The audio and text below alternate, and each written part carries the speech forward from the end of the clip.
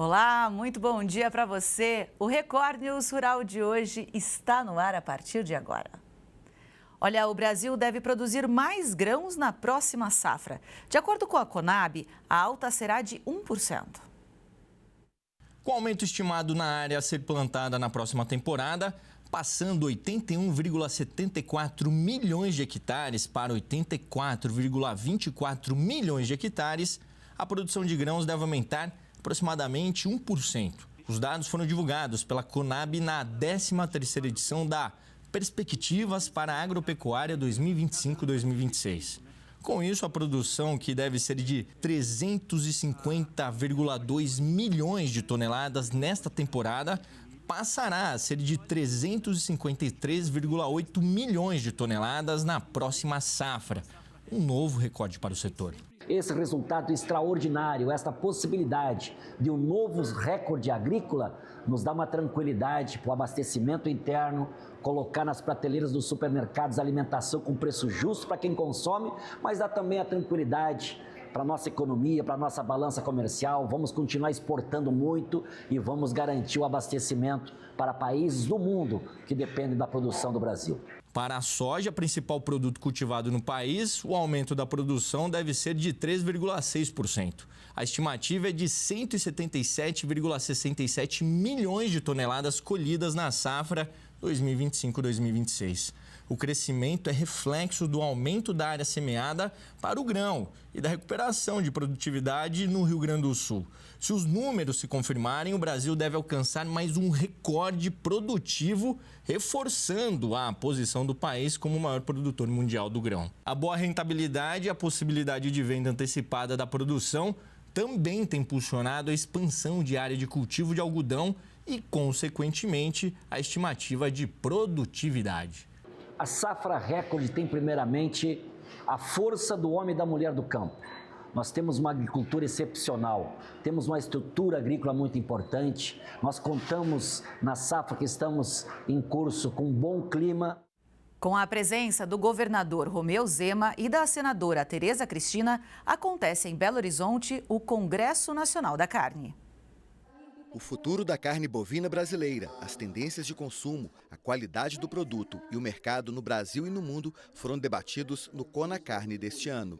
Nós buscamos produzir uma carne que lá fora coma uma carne de qualidade, mas também que o brasileiro aqui coma uma carne de qualidade. No dia que nós fizermos isso, nós vamos ter nossos preços melhores cotados do que são hoje. No dia que nós fizermos isso, nós vamos ter uma pecuária mais uniforme no Brasil. O Congresso Nacional da Carne, realizado em Belo Horizonte, já é considerado o maior evento da pecuária de corte do Brasil e se soma ao trabalho do Senar. E o intuito é justamente você inserir no sistema produtivo desse produtor rural a gestão da propriedade. Então, no início tem uma dificuldade, porque é algo que muitos não têm costume de fazer. Então, a gente começa a trabalhar na parte tecnológica, aquilo que ele tem mais interesse, e aos poucos vai inserindo o componente gerencial. Então, anotações, fluxo de caixa, custo de produção, indicadores econômicos que correlacionam com o técnico. Então, isso é nítido, a partir do momento que ele entende dessa importância, quando ele vê o dinheiro realmente sobrando, que é o que interessa, né, ele ter renda, aí sim ele compra a ideia que ele, sem gestão ele não consegue mais trocar. São 2 dias de painéis e debates que reúnem técnicos, especialistas, pecuaristas e formadores de opinião para discutir o mercado de carne bovina no país. O governador de Minas Gerais, Romeu Zema, e a senadora Tereza Cristina, da Frente Parlamentar da Agropecuária, participaram da abertura do evento.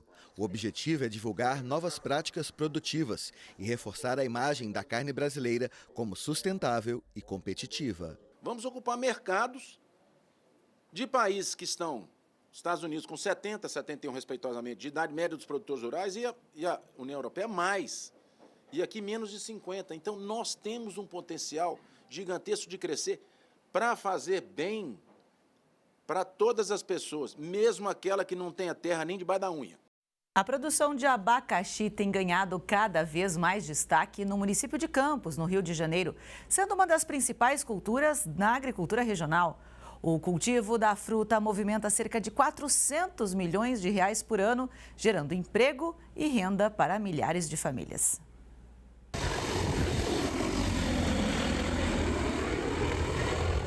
O drone sobrevoando a plantação demonstra que a tecnologia na agricultura é uma realidade na região.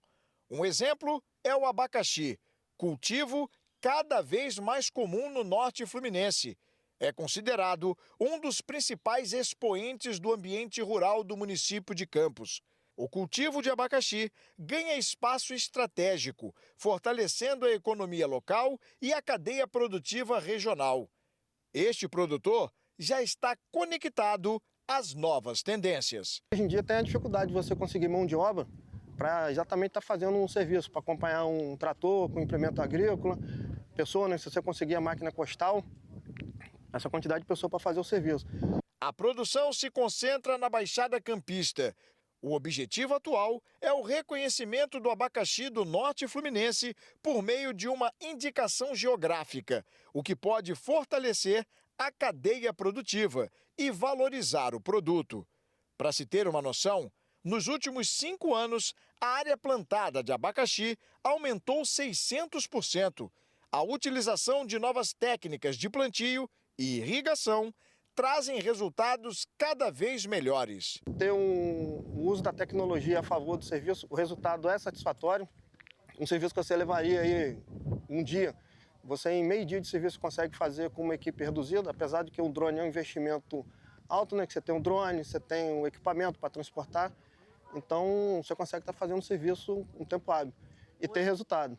A produção, tradicionalmente associada a outras regiões do estado, tem mostrado expansão graças a inovações técnicas, manejo sustentável e apoio público. É uma atividade que gera para o norte fluminense em torno de 400 milhões de reais por ano.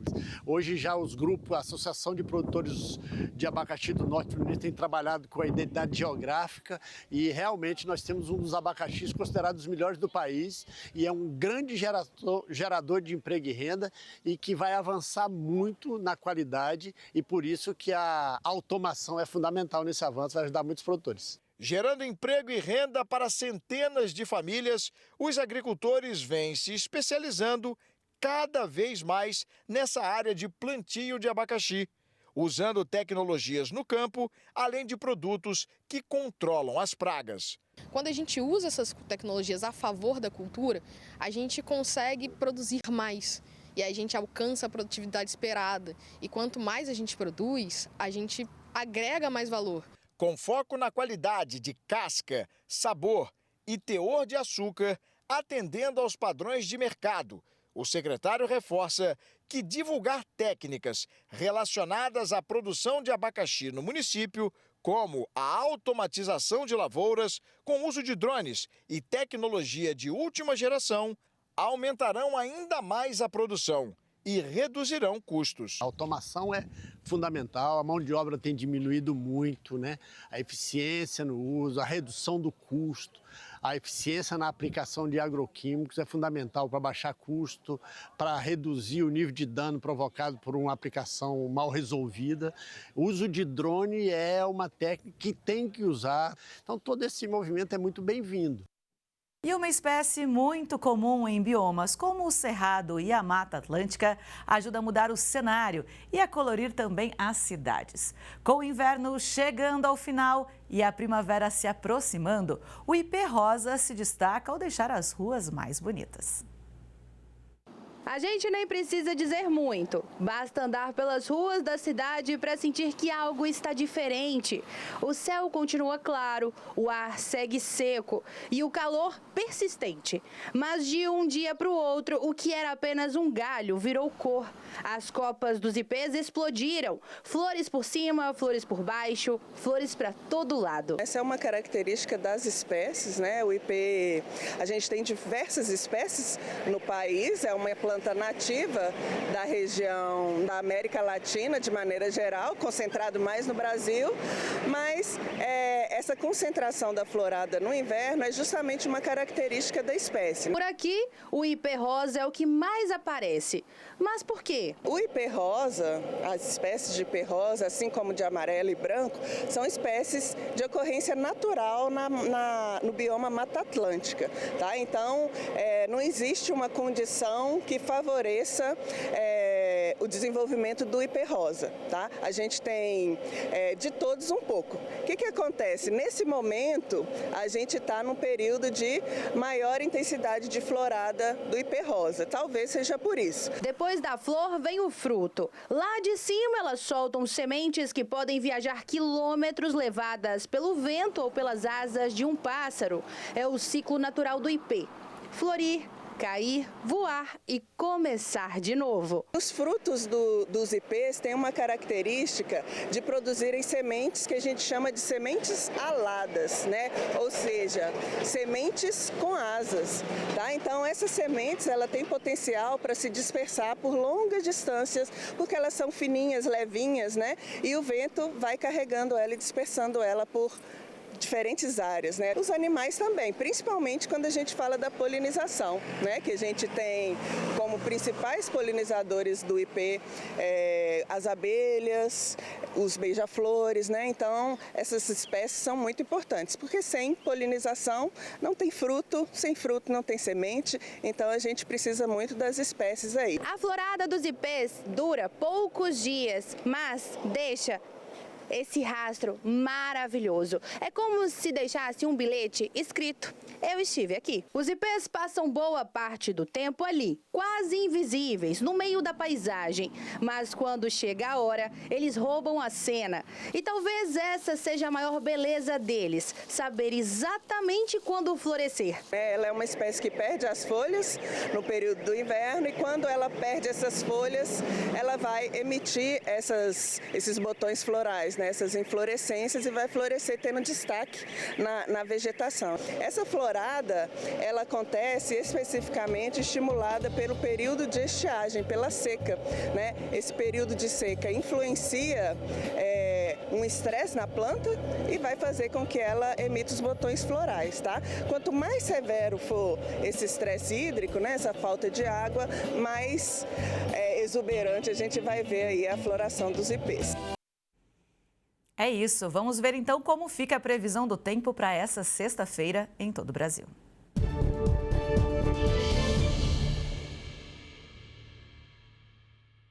Nessa sexta, uma área de baixa pressão entre o norte da Argentina e o Paraguai continua influenciando as condições de tempo na região sul, favorecendo a chegada de umidade e calor da região norte do país e incentivando a formação de pancadas de chuva. No sudeste, a circulação de ventos continua reforçando áreas de instabilidade. No centro-oeste, o transporte de umidade vindo da Amazônia mantém as condições para pancadas de chuva na região. Já no nordeste, os ventos marítimos continuam levando umidade para a faixa litorânea, enquanto no norte, a combinação de calor e umidade sustentam temporais em vários estados. Na região sul, céu mais carregado e aumento de nebulosidade no estado gaúcho, enquanto boa parte de Santa Catarina e do Paraná devem ter o tempo mais firme nessa sexta.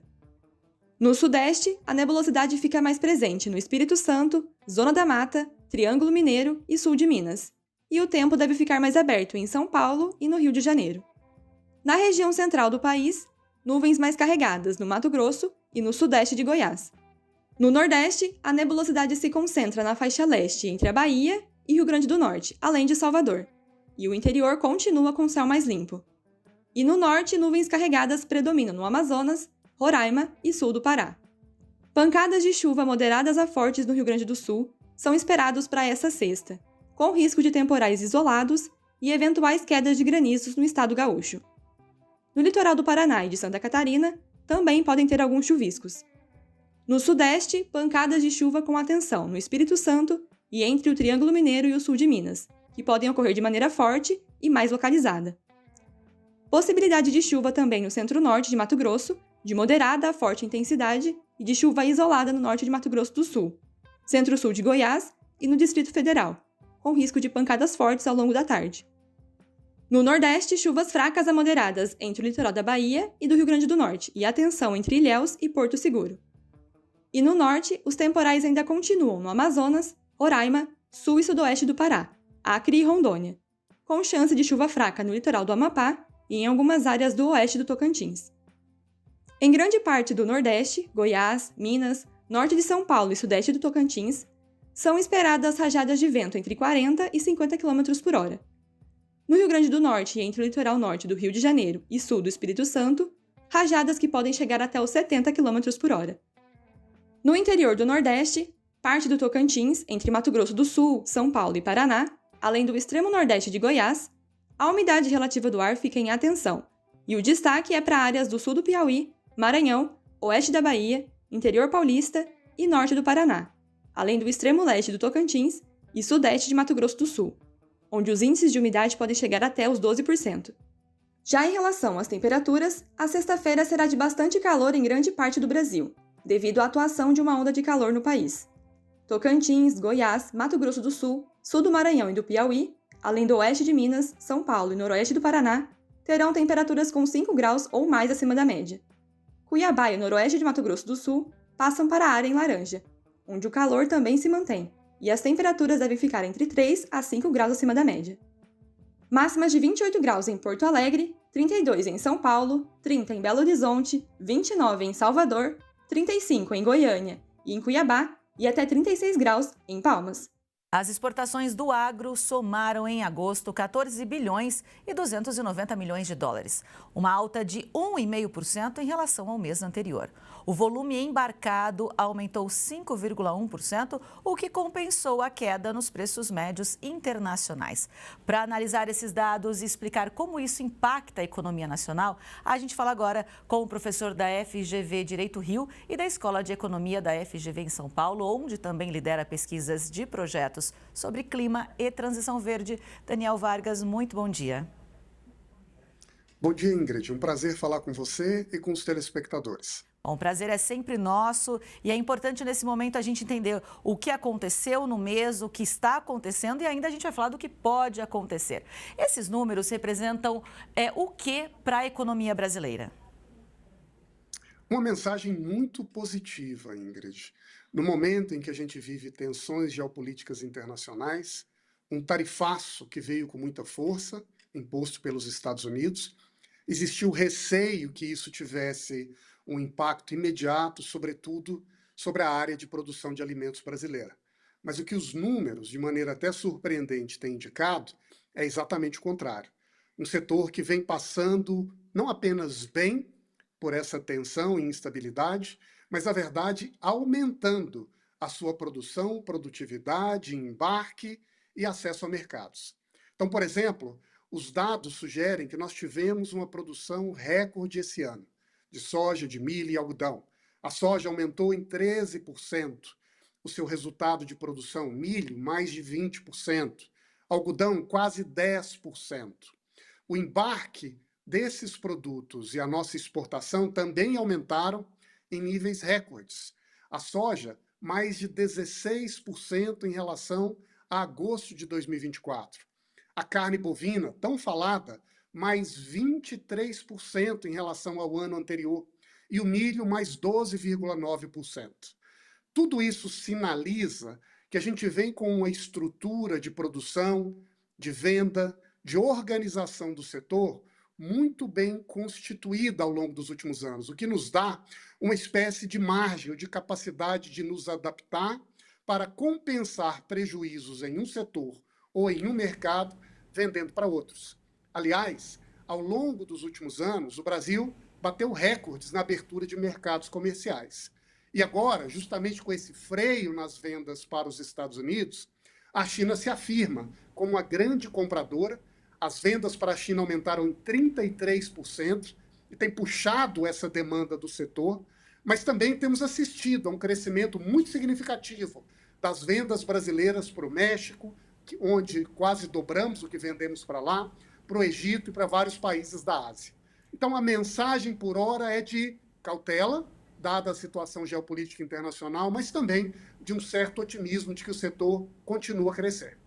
E é interessante quando a gente fala de diversificação, tanto de mercado, de destino, como também da pauta exportadora, né? Tanto que a gente vê recorde de exportação, por exemplo, de sebo bovino, que a gente nem imagina, né, muitas vezes, sementes de oleaginosas, sem contar soja, feijões, ração para animais domésticos e também óleo de amendoim. É importante ter em mente essa diversificação não só de destino, mas também de produto. O que mostra que o Brasil tem caminhado a passos largos para expandir a sua produção. ganhar em produtividade. E, aliás, existe uma expectativa de que a área plantada no Brasil cresça em mais 1% no próximo ano, quem sabe com a área de plantio de até 2 milhões de hectares a mais.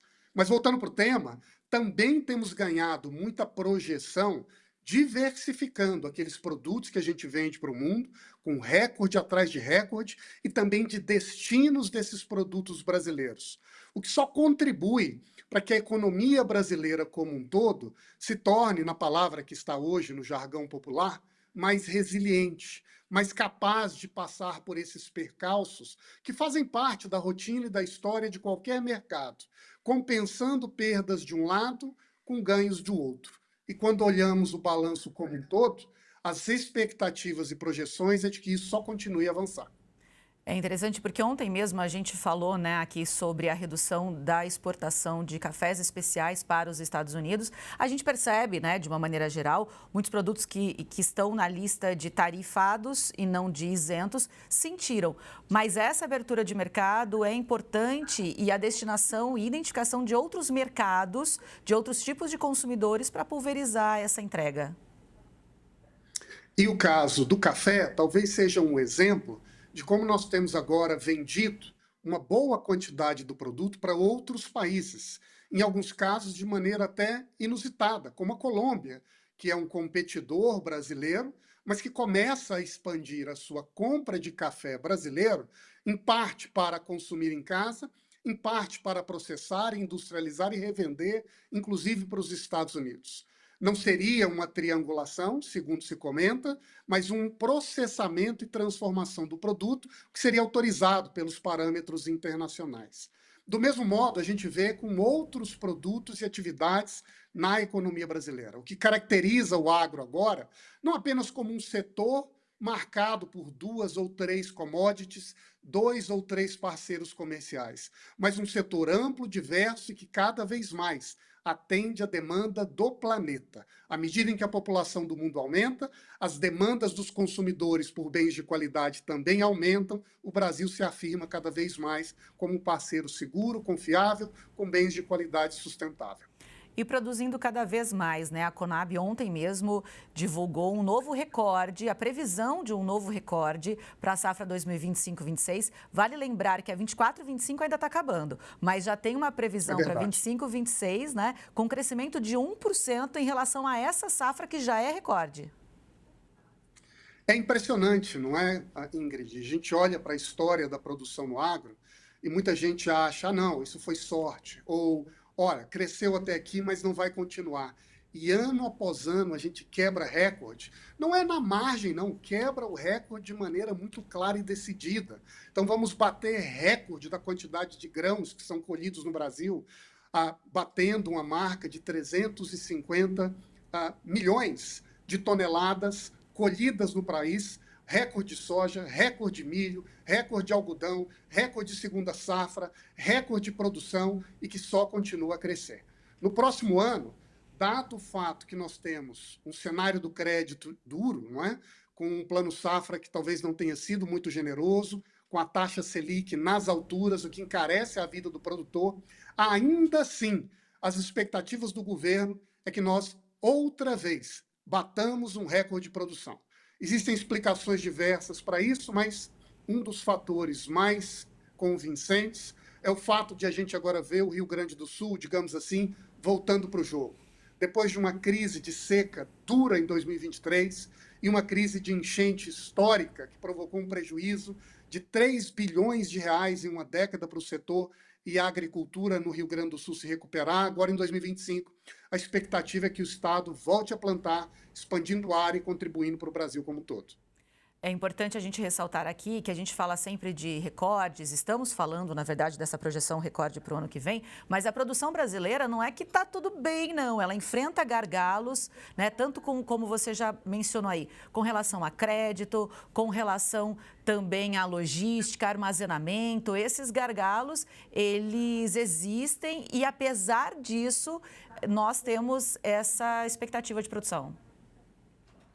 É verdade, né? Por um lado, uma surpresa, mas também sempre um sinal de alerta muito claro. E a gente, quando conversa e observa o que tem acontecido no interior nacional, também diagnostica de maneira muito evidente a dificuldade que o setor passa nesse momento. A dificuldade que vem com o histórico do aumento do custo de produção. Então, nós vendemos mais, mas a margem do produtor tem caído. E, em vários casos, a própria capacidade de girar e de avançar tem se mostrado cada vez mais dura e perigosa no Brasil. Isso se dá porque os custos, em geral, para manipulação, para a produção dentro da fazenda, estão sendo pressionados. Isso acontece naturalmente à medida em que se expande dessa quantidade como nós temos a produção e as vendas, os canais de escoamento dessa produção tendem a se tornar mais comprimidos e, por isso mesmo, também mais caro o preço do frete. Há uma carência de infraestrutura que vai se tornando cada vez mais onerosa. Ao mesmo tempo, não é? A grande bússola da produção é o crédito, é o grande elemento que nos permite saber o quanto o produtor vai conseguir plantar e, a partir daí, também estimar o quanto seremos capazes de colher. Há muitos anos não vivenciamos uma situação de um crédito tão comprimido, tão caro no Brasil. O fato é que essas circunstâncias de logística e de crédito se somam a um cenário internacional de instabilidade, com preço de insumos também elevados, como parte das tensões internacionais, e, em última análise, tudo isso significa uma situação mais delicada para o produtor. Estamos plantando mais, estamos vendendo bem, mas não necessariamente estamos ganhando muito dinheiro como poderíamos com isso. Quando a gente fala, né, dessa produção, a gente fala muito de mecanização, de modernização e de digitalização. Como é que é o Brasil? Como é que está o Brasil nesse cenário? Qual que é a realidade da modernização brasileira na produção com relação à digitalização? Quando a gente olha no médio prazo, eu nem diria no longo, um dos fatores mais decisivos para a gente antecipar o que será o futuro da produção, da produtividade, quem vai se dar bem, quem terá dificuldades para operar no mercado cada vez mais competitivo e exigente. A variável mais central, ou uma delas, sem dúvida, é a incorporação de novas tecnologias, em particular das tecnologias digitais. E um estudo que foi divulgado há pouco pelo órgão mundial de propriedade intelectual, por um lado, dá ao Brasil um sinal de alerta, de preocupação, por outro, de otimismo.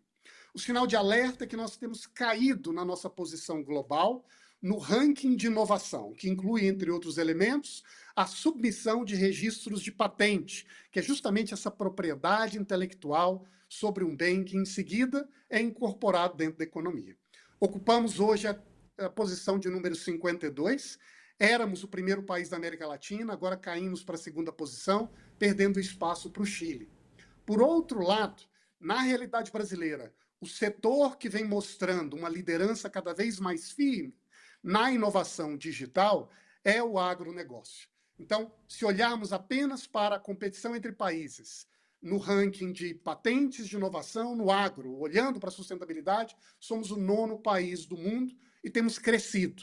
Isso vem sendo puxado por empresas do setor, em particular as grandes que atuam no Brasil e que têm, portanto, colocado uma atenção maior nessas inovações e no registro de patentes como uma das chaves para continuar se mantendo competitivo, se mantendo na liderança da tecnologia e da inovação e, na medida em que estão no Brasil, contribuindo também para que o Brasil navegue nessas novas águas de maneira segura e cada vez mais sólida.